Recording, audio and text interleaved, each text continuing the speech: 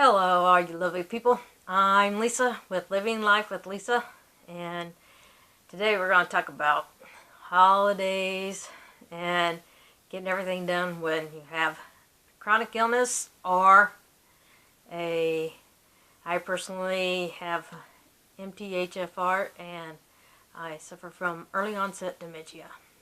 Well, this year, oh, by the way, I'm using a new camera with a new mic, and we're going to see how this turns out. Santa brought me a camera for Christmas, so we're going to see how this goes. So anyway, going back, I am the mother of 3 children, and all under the age of 13, and then my father just turned 70, yeah, not really 29. He turned 79 on Christmas Eve, and he came up a day early on Saturday. And usually for birthdays, I make a cake, and we get out the birthday tablecloth, and we do presents and take pictures and do the whole thing. And then on Christmas, I cook the dinner, and we get up in the morning, open presents. Or the night before on Christmas Eve, we always take a picture of everybody in front of the tree and in our Christmas pajamas, and I read was the night before Christmas to the boys before they go to bed, and then we on Christmas morning get up, do presents, and then I cook Christmas dinner, and then we just kind of take it easy. Well, this year I made sure I did things in steps and wrapped presents way back. This year all my boys know everything. So Santa brought them 3 gifts this year, and Santa gifts are not wrapped. And so Santa brought 3 gifts instead of the normal 1 this year. Also, I got up on Christmas Eve and just could not get myself going to bake a cake.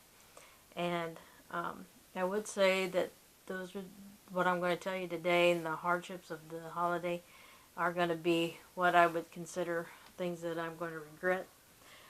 But with my memory being what it is, you know, it is what it is. I can only do so much, and I am not going to beat myself up over the things I can't get done. But I just couldn't bake a cake. I just could not physically bring myself to bake the cake. And I was just already worn out from the holidays and overstimulation and having everybody home and getting things around.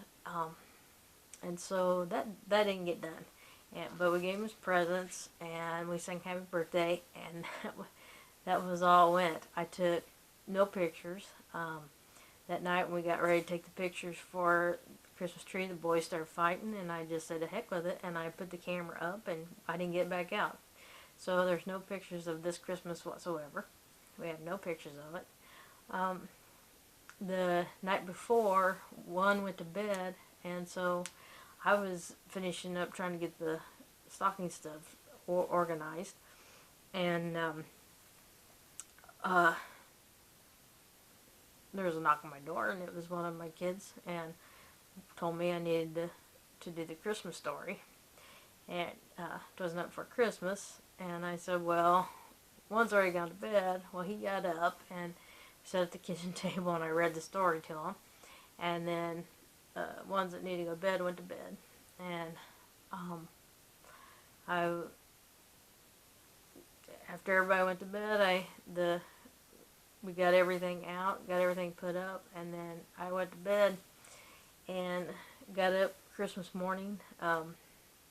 They woke me up at 6.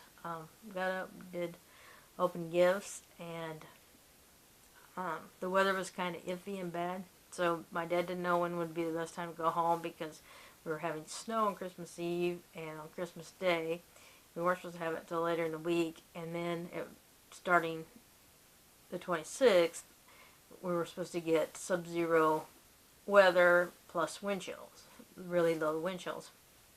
And so And sometimes it's better to travel in the snow and it be warmer than it is to travel when it's 20, 30, 40 degrees below zero um, Fahrenheit wind chill, because if you get stranded in the snow and it's warmer, you're not going to die.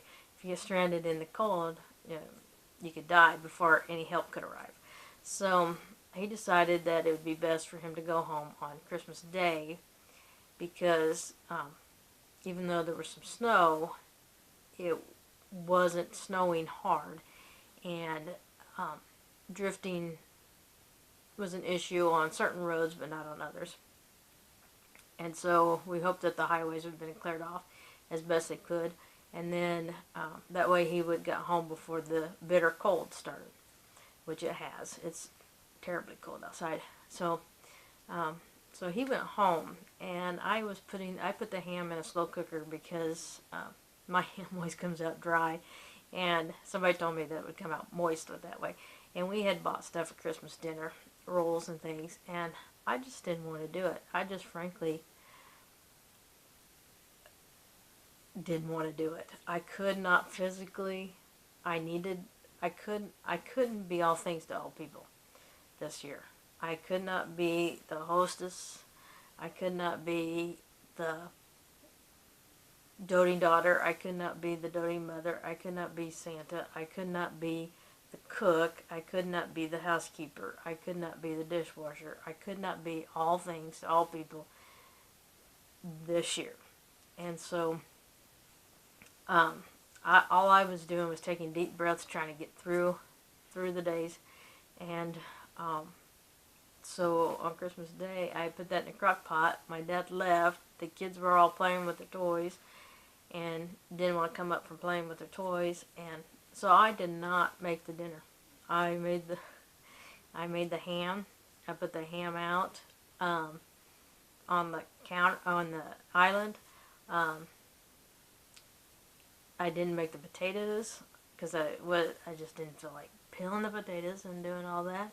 I didn't make the corn, the green beans, the bread. I didn't do nothing. I was so bad about this, and I told the boys, I said, I think we're going to pull the ham out and we're going to pick today. And they thought that was a good idea because Papa wasn't here anyway, so they didn't feel like they needed a dinner. And picking gives them a chance to play and just eat as they want to, and so that's what we did. And I went to bed Christmas night and could not go to sleep. I had been up since 6 a.m. and could not go to sleep. About 4 a.m. I went to finally dozed off. It was after 4. Last time I looked at the clock, it was 4:08 a.m. And at 9 o'clock, I was woke with kids screaming my name and another one picking and poking at him to cause problems. And it was a very long day, the day after. And I can just, my limitations are screaming at me. My medicine tray is empty now, and so I have to go fill that because it lasts for 2 weeks, which tells me I have not had a caregiver here for 2 weeks. I'm starting a new one in January, or maybe January, and I'm hoping things go smoother. I think she understands that the consistency has to be there. The time has to be spent. She's a little bit more knowledgeable in things because she is an EMT, and also a 911 operator. So in an emergency, she's going to be great. But we don't normally have emergencies. But we're friends, so it'll be nice to spend some time with her. But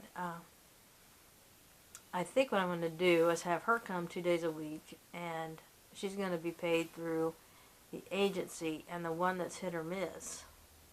I'm going to have her coming on her 2 days too, so that if she doesn't show up and can't come, I still got my 2 days. If she can come, then I've got somebody here for 4 days. I've been paying 100% on her anyway.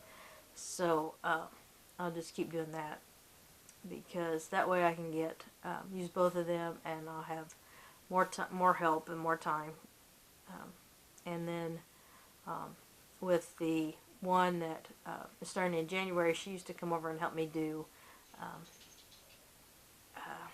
crock pot meals. And so I think that will be some of the things that we'll get taken care of while she's here. Is I want to do crock pot meals, and I want to do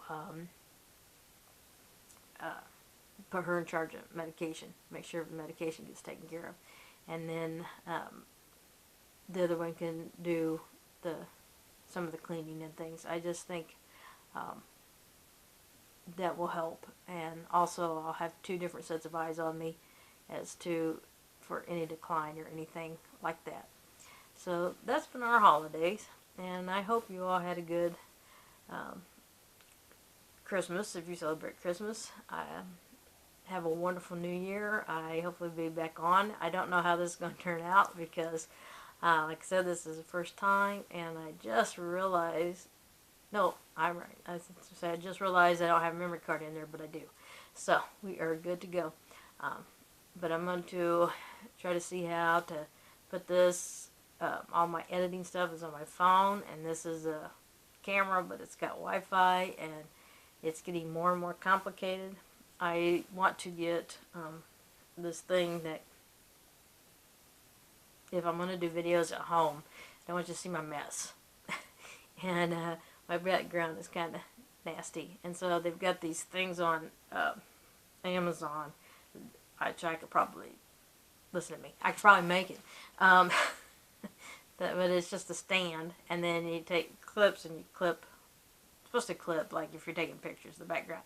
But I just clip a blanket or something, a sheet or something over that, and kind of block off the back. So that I have like a little studio kind of thing, and that way it will make it easier for the background, and I won't feel so self-conscious about everything that's in the background showing up on these videos.